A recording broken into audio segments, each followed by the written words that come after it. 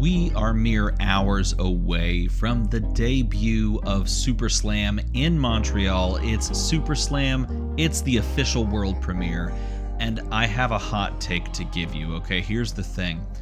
I think, based on what we've seen from this set, this could be perhaps the craziest limited set that we've ever had in flesh and blood. Not just obviously because these cards down here don't matter. I just scrolled to the bottom. But up here, all of the way that these heroes play, I think is really going to set a very specific tone. Now, of course, we're coming off of the heels of what I would describe as the best limited set in Flesh and Blood's history, and that's High Seas. I think High Seas proved itself to be hands down the best limited experience the game has had to offer, and I think there's a lot of reasons that that is the case. One of those is the fact that it's pirates, but two is because it's so incredibly fun and balanced, and it encourages engagement. It encourages interaction with cards. It almost punishes you for just going completely straight at the other opponent and not considering blocking or anything like that, because one person can just snowball the game out of control thanks to Treasure Island. This set, I'm not saying that it's going to be better. It's like a better limited experience, because I don't know. Obviously, no one at this point that I'm recording this has played this. By the time that this gets live, I think people will be close to playing this set in the wild, in public, at the world premiere. But I think overall, what I am saying is that based on the way these heroes all seem to play, based on what they all want to do, and the fact that they all kind of want to do different things, this could be the craziest set that we've ever had as far as limited is concerned. They're all doing such wildly different things with wildly different mechanics, and yet they're stitched together in such an interesting way that I'm really excited to see how this set actually plays this weekend. Here's what I mean. So first of all, we know Tough Nut here. Tough Nut Bumbling Hulkster is the CC version, but the regular version, just Tough Nut here, is a 3 intellect hero. He is a 20 health hero as well, and he of course has the instant tap, pitch the top card of your deck. If it has 6 or more power, the crowd cheers you, and whenever you get cheered, you create a toughness token. Okay, there's a lot of people already testing out Tough Nut on Talishar, and Tough Nut's an interesting hero in that he can play for the very defensive, and then like block with your entire 3-card hand, and then use the top deck, if it's a bunch of blues, use the top deck to send weapon.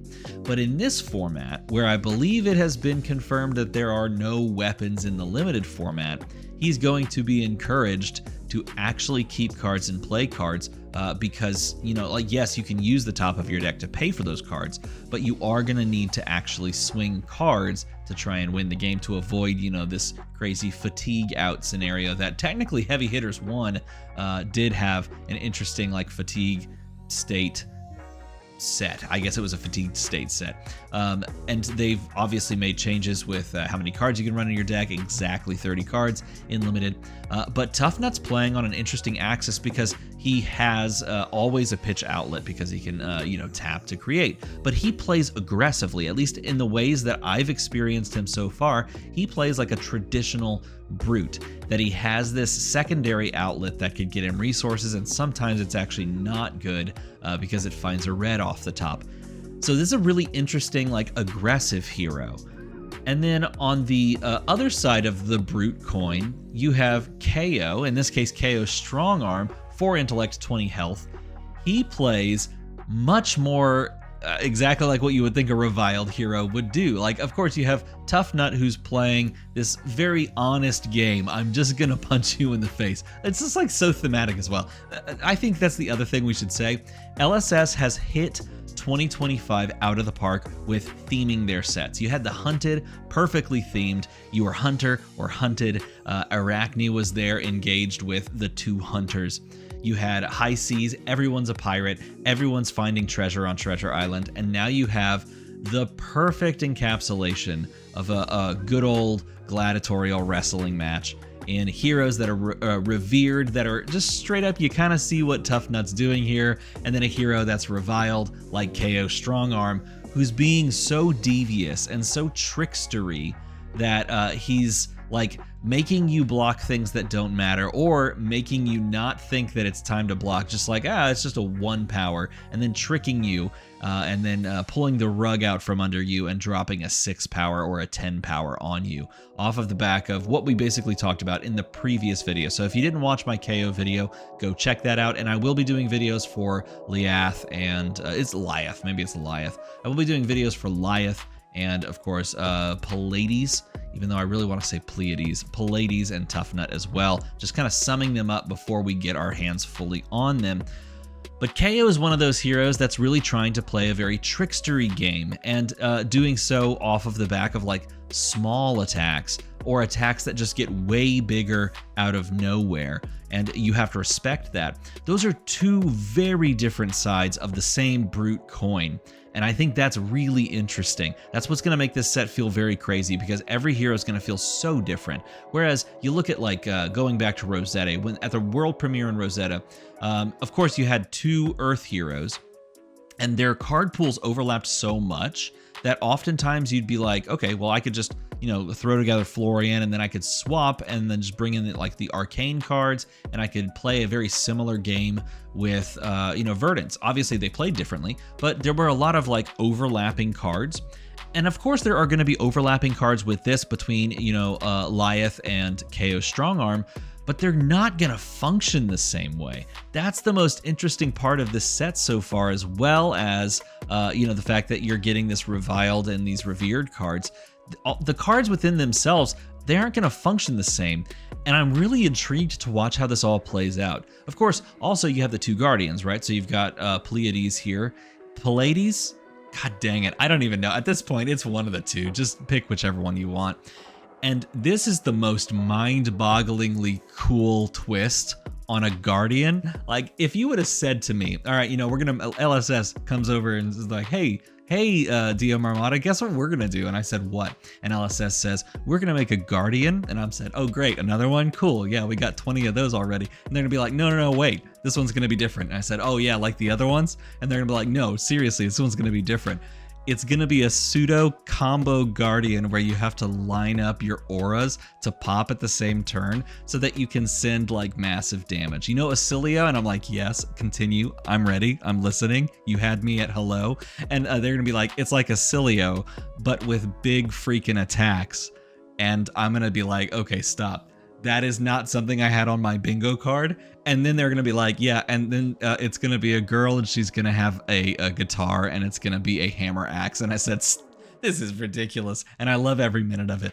I think this is like the coolest hero that, I almost said the coolest hero they released this year. This is like the most shocking hero design and the most exciting hero design for the future of Flesh and Blood. Maybe we can make a whole video on talking about how this kind of changes everything about what you should think about a hero can be, because it's still Guardian doing Guardian things, but because of these instant auras that some of them have already been revealed, like Cries of Encore, even some of the ones, they're not up there yet. Okay, up on the pedestal is a really interesting one. Because of these cards, which are instant auras that can be played on your opponent's turn, because of that, you have a completely different way to throw giant attack at your opponent. And it's one that you're getting paid off for doing something very similar to managing auras like you would in like Acilio, bouncing auras and things like that. That's what Pleiades is doing. I said it right that time. You have to leave a like down in the button down there. You have to leave a like for me saying Pleiades correctly this time. Leave a comment down below with how you would say Pleiades, or if you would be on the Pleiades bandwagon, because there's not an right here. There's not like an A or like an E, and we're supposed to, anyway, doesn't matter. This is crazy to me that this hero exists, and I'm curious to see if it's just going to be like In limited, you play it just straight up and down. It's just a limited hero, like play big attacks, or like pseudo Betsy, where you had like some of those auras, but it wasn't really a thing. I don't think it's going to be like that because she's so baked in to manipulating aura counters and having them all pop at the same time. I feel like her flavor is going to come through in limited, but we'll see very soon. And then finally, Lyath exists, so, you know, it is what it is. We'll talk about Lyath. Lyath is interesting in the fact that he's the first 5 intellect hero, but he's actively punishing himself for those 5 intellect worth of cards by making all of his stuff halved, right? Which is a play in and of itself. 5 intellect, 20 health, but everything is half. His base power is halved, his base defense is halved, and that's important to note. But keep in mind, you can pay to tap him, and then you can give your blocks +1, like all of your defense +1, which is quite nice. And you make might tokens, so you make up some of that power. But looking at how he plans to use his cards, he's not doing the like, oh, all of a sudden all of my stuff just gets the buff like crazy. He has that mixed in, but he also has like some suspense splashed in there. So he's got a little bit of the dabbling. This was the card that like really blew my mind, in that like they're like taking these through lines from the 2 Guardians and taking these through lines from the 2 Brutes, but letting them play in their own ways. I don't know. Maybe I'm smitten with the design of the set. Maybe that's what's getting me. But I'm really impressed with how this has turned out, at least on paper. Because it's just really cool to see how they've taken all of these 4 heroes and they've put them in the same class, and they've put them in the same classes, I should say, in the same talents, but they don't look anything like each other in that respect. And previous sets, maybe we can't really say that to some degree, and in some cases we can. Like, of course, with pirates, they all were pirates, but they played fundamentally differently. In fact, they played like their other class, their dual class. So they played like their other class. And then, of course, you look down the road at the Hunted, and you had 2 of those heroes were Draconic, and they were trying to go wide, but really they played like a warrior and a ninja, right? And then the assassin played like an assassin.